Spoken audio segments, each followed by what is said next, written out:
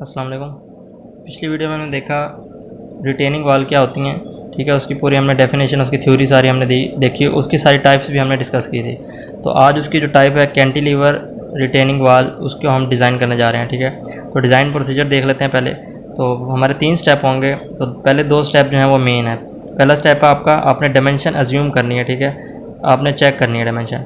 तो dimension formulas के ज़रिए आप निकालेंगे, ठीक है। निकालने के बाद आप चेक करेंगे, आपके आंसर विद इन लिमिट होंगे तो आप ये आपकी डायमेंशन ओके होंगी।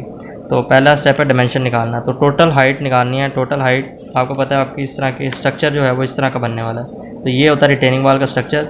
इसमें टोटल हाइट का क्या मतलब है? टोटल हाइट यहाँ से जो सॉइल का अपर लेवल है वहाँ से आपकी जो बेस है, बेस लेवल वहाँ तक की टोटल हाइट निकालनी है आपको। यहाँ पे बॉटम साइड पे, बैक साइड पे जो फिल बैक फिल जो है सॉइल की वो भी गिवन होगी, और यहाँ पे एक्स्ट्रा भी टॉप तक लेवल गिवन होगा। ये 2 आपको लेवल गिवन होंगे, तो इसको टोटल करेंगे तो आपका ये टोटल हाइट निकल आएगी। फिर उसके बाद आपने बी निकालना है। बी क्या है? यहाँ पे ये बेसमेंट जो है उसकी विड्थ है पूरी। तो इसको निकालने के लिए 75% करेंगे किसका? ये टोटल हाइट का। जो टोटल हाइट आएगी उसका 75% करेंगे तो आपकी बेसमेंट की विड्थ आ जाएगी। इसी तरह 2 विड्थ निकालनी है आपने, ये वाली विड्थ, यानी कि यहाँ से लेके यहाँ तक की विड्थ। तो ये निकालने के लिए आप क्या करेंगे? इसका जो आपका ये बी आया है इसको डिवाइड बाय 3 कर देंगे तो आपकी ये टोटल निकल आएगी, ठीक है। इसके बाद आपने क्या करना है? थिकनेस निकालनी है वाल की, यानी कि ये वाल जो है इसकी थिकनेस निकालनी है, ये वाला हिस्सा, ठीक है। ये निकालना है थिकनेस। तो वो निकालने के लिए आपका फार्मूला होगा ये h/14। h क्या है? टोटल हाइट है, ठीक है। इसी तरह आपका ये एरिया रह गया हील का विड्थ। ये निकालने के लिए आपने क्या करना है? ये जो एक्स्ट्रा बच जाएगा इसको फाइंड कर लिया आपने, और ये 2 फाइंड कर लिया, इनमें से माइनस करेंगे तो ये आ जाएगा आपके पास। इसी तरह थिकनेस ऑफ फुटिंग, यानी कि ये फुटिंग की जो थिकनेस है ये निकालने के लिए आपका फार्मूला हो सकता है कि जिस साइड पे आपने उसकी थिकनेस निकालनी है, ठीक है, उस साइड की जो सॉइल की हाइट है उसको आप डिवाइड बाय 3 कर देंगे। फ़र्ज़ करें यहाँ पे जिस तरह इस साइड की आपने निकालनी है, ठीक है। ये तो निकालने के लिए क्या करेंगे? इसका आप यहाँ पे जो सॉइल लेवल है वो कितना है? 1.5 है, डिवाइड बाय 3 कर देंगे तो इसकी यहाँ पे आपकी थिकनेस आ जाएगी 0.5। तो 0.5 थिकनेस आ गई इसकी।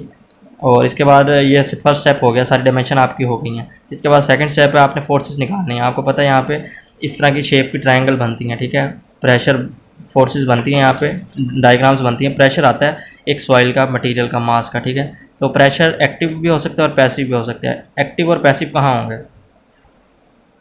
जहाँ पे सॉइल कम है, ठीक है। जहाँ पे सॉइल कम है वहाँ पे आपका पैसिव प्रेशर लगेगा हमेशा।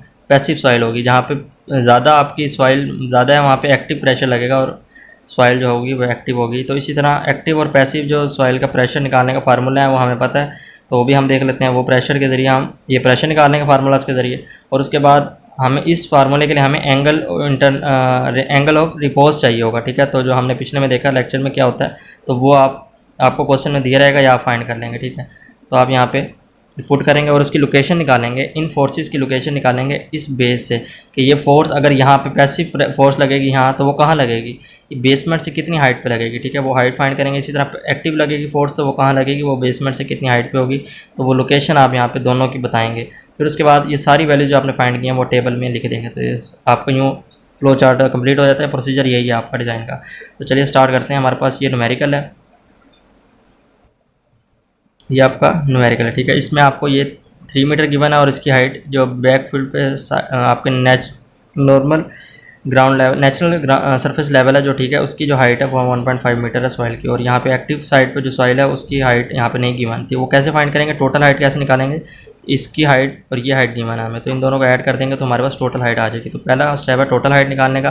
3 + 1.4 इसका क्या? टोटल हाइट आ गई यहाँ से यहाँ तक। उसके बाद हमारा अगला स्टेप होता था, हमें निकालना होता था बी, फिर उसके बाद 2 ऑफ विड्थ, ठीक है। विड्थ निकालने के लिए फुटिंग के बी 75% लेंगे हाइट का। ये हाइट का 75% करें तो 3.4 मीटर बनती है। तो आपकी विड्थ जो होगी वो 3.4 मीटर होगी।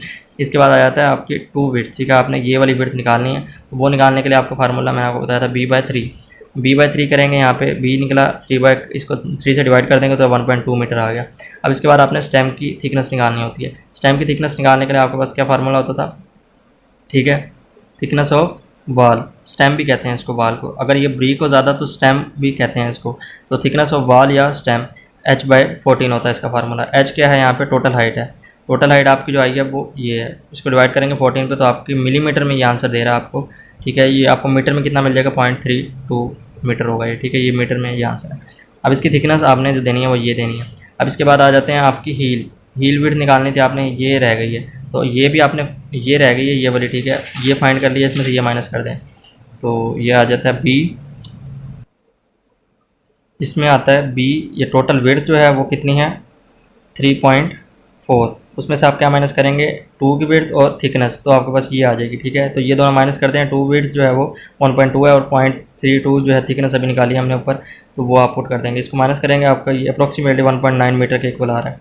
अब इसके बाद बेस विड्थ टोटल आपने चेक भी कर लेनी है, ये चेक करनी है कि ये सारी जो आपकी आई हैं इन तीनों को आप ऐड करके देखेंगे कि आप वो बी के इक्वल आ रहा है। अब एग्जैक्टली, ठीक है, एग्जैक्टली इक्वल आना चाहिए, तो एग्जैक्टली इक्वल आ रहा है, तो ये हमारा चेक ओके हो गया।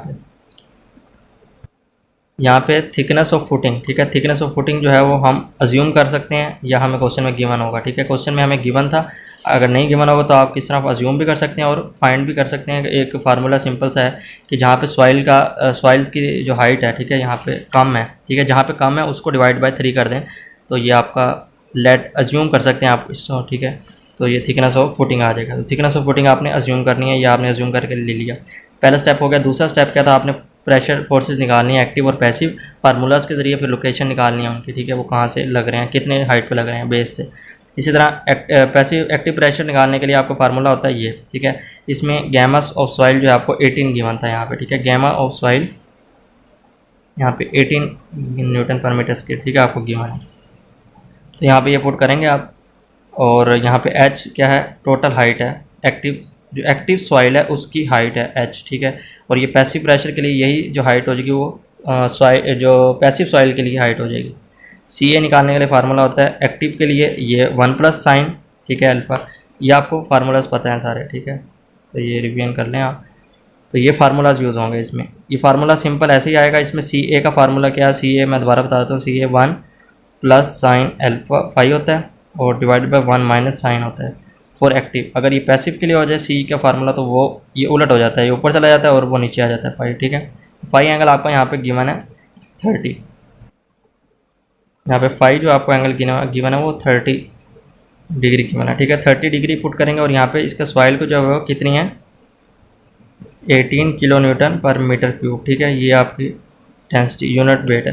तो ये पुट करेंगे सिंपली, ये भी आपको पता है, ये भी आपको पता है, और ये भी आप इस फार्मूले से निकाल लेंगे, ठीक है, इन फार्मूला से सारी वैल्यूज़ पता है, ये पुट करें वैल्यूज़। ये कहाँ से आई, एक्टिव सॉइल कौन सी है आपकी, एक्टिव सॉइल ये वाली है, इसकी टोटल हाइट कितनी है 4.5, तो 4.5 ही आएगी इसकी, ठीक है। और इसी तरह पैसिव का भी निकालेंगे, पैसिव के फार्मूले में हाइट चेंज हो जाएगी, वो 1.5 आ जाएगी। कैसे, पैसिव सॉइल कौन सी हमारी ये है, तो इसकी हाइट कितनी है 1.5, तो 1.5 ही इसकी हाइट आएगी। और इसी तरह ये सेम रहेगा, इसमें सी पी चेंज होगा, सी पी के लिए फार्मूला ये चेंज हो जाएगा, बस ये ऊपर चला जाएगा नीचे आ जाएगा, तो एंगल वही रहेगा 30।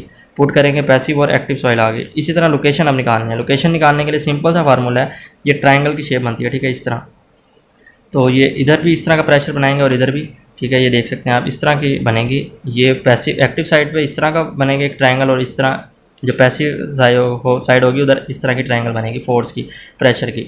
उसकी लोकेशन मालूम करने के लिए आपने क्या करना है, उसकी जो टोटल हाइट है, ठीक है, उस साइड की जो सॉइल की टोटल हाइट है उसको डिवाइड बाय 3 कर देना है। तो उसका सेंट्रॉइड पे एक्ट करता है, एक्चुअली फोर्स जो होती है ट्रायंगल के सेंट्रॉइड पे एक्ट करती है, तो वो तो पता है। तो इसी तरह लोकेशन निकालनी है हमने, सिंपली उसकी हाइट को उसकी साइड की हाइट को डिवाइड बाय 3 कर देना है। तो ये एक्टिव साइड की सॉइल थी, उसकी टोटल हाइट थी 4.5, उसको डिवाइड बाय 3 किया, तो लोकेशन आ गई कि मेरी फोर्स कितनी हाइट पे लग रही है 1.5 मीटर पे लग रही है बॉटम से।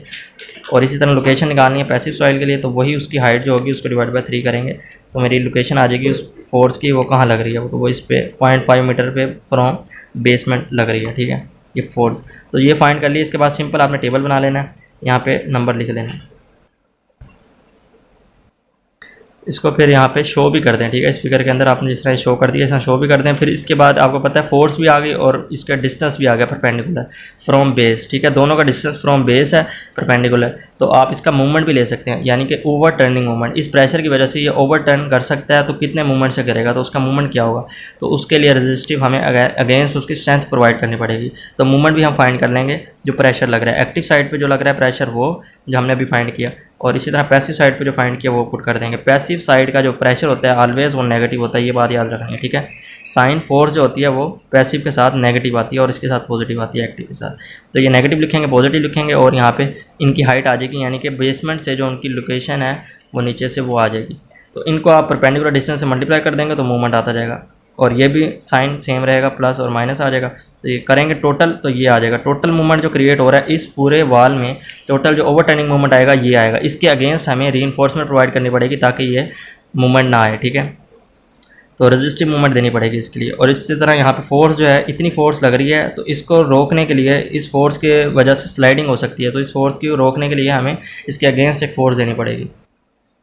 तो पहले जो अभी हमने निकाला मूवमेंट वो किसके अगेंस्ट था, ये देख लें। अभी मैं डायग्राम बना रहा था, इसमें आपके कौन कौन से लोड लग रहे हैं, दो मेन लोड लग रहे हैं। एक इसका अपना वेट, ठीक है, इसका अपना एक वेट है, हर चीज़ का यहाँ पे जो मटेरियल है उसका अपना एक वेट है, वो एक वेट फोर्स है, ठीक है। और दूसरी यहाँ पे एक यहाँ से फोर्स लग रही है जो पैसिव फोर्स है, ठीक है। पैसिव फोर्स और एक्टिव, सॉरी यहाँ पे पैसिव आएगा और यहाँ पे एक्टिव फोर्स है, ठीक है। एक्टिव फोर्स और पैसिव फोर्स लग रही हैं। हमने एक्टिव और पैसिव के अगेंस्ट डिज़ाइन कर लिया, ठीक है। एक्टिव और पैसिव के अगेंस्ट हमने मूवमेंट निकाल लिया कि इन लोड की वजह से, इस पैसिव और इस एक्टिव फोर्स की वजह से जो मूवमेंट क्रिएट होगा वो ये इतना होगा, ठीक है। इसके अगेंस्ट हमें डिज़ाइन करना है ताकि हमें ये पैसिव फोर्स और एक्टिव फोर्स को बियर कर सके ये वॉल, ठीक है। इसको इतना स्ट्रेंथन करना है इस मूवमेंट के अगेंस्ट।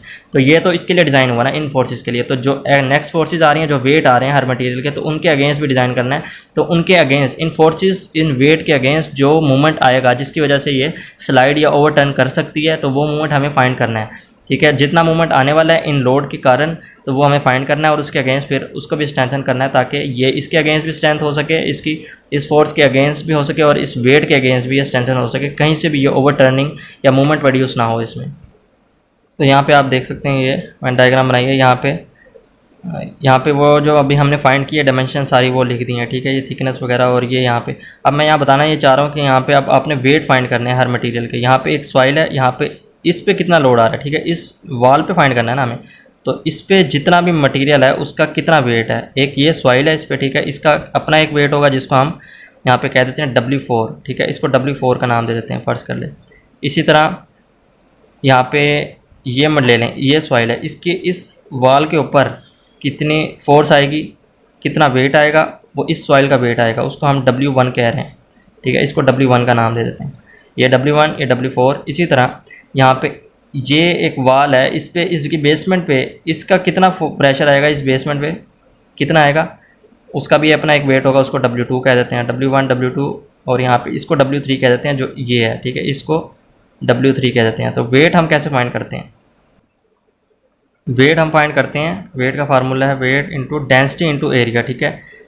इसका अगर हमें इसका वेट निकालना है, ठीक है, इसका एरिया निकालना है, इसका एरिया फाइंड करेंगे, लेंथ इंटू वेट करेंगे, रेक्टेंगुलर का एरिया आ जाएगा, फिर उसके बाद इसकी डेंसिटी से मल्टीप्लाई करवाएंगे। इसमें जो मटेरियल है उसकी डेंसिटी क्या है, ठीक है, यूनिट वेट उसका जो है वो सॉइल है, तो सॉइल की यूनिट वेट यहाँ पे गिवन है 18 किलो न्यूटन पर मीटर क्यूब, ठीक है। और अगर इसका फाइंड करेंगे तो यहाँ क्या है, कंक्रीट है, तो यहाँ पे कंक्रीट की जो डेंसिटी आएगी वो कितनी आएगी, 23.5 किलो न्यूटन पर मीटर क्यूब, ठीक है। इसकी आएगी 23.5